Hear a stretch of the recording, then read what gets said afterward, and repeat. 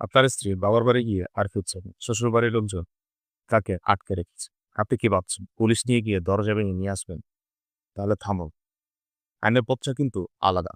ফৌজদারি কার্যবিধি ১১২ অনুসারে অবৈধভাবে যদি এরূপ কোনো ব্যক্তিকে আটকে রাখা হয়, তাহলে উক্ত ব্যক্তিকে উদ্ধারের জন্য সার্চ ওয়ারেন্ট বা তল্লাশি পরোয়ানা ইস্যু করা হয়। ফৌজদারি আইনের ১০০ ধারার মামলাকে অনেকেই বউ উদ্ধারের মামলাও বলে থাকেন। তবে এটিকে আইনের ভাষায় ব্যক্তি উদ্ধারের মামলা বলা হয়ে থাকে।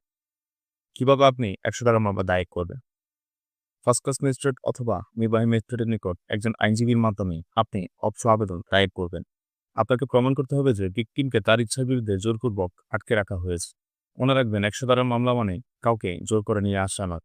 উদ্যোগিত ব্যক্তিকে আদালতে হাজির করে ম্যাজিস্ট্রেট তার জবানবন্দি নেবেন। উক্ত ব্যক্তি যদি প্রাপ্তবয়স্ক হন এবং স্বেচ্ছায় নিজের মতো থাকতে চান, তাহলে আদালত তাকে নিজের মতো করে থাকা অনুমতি দিবেন।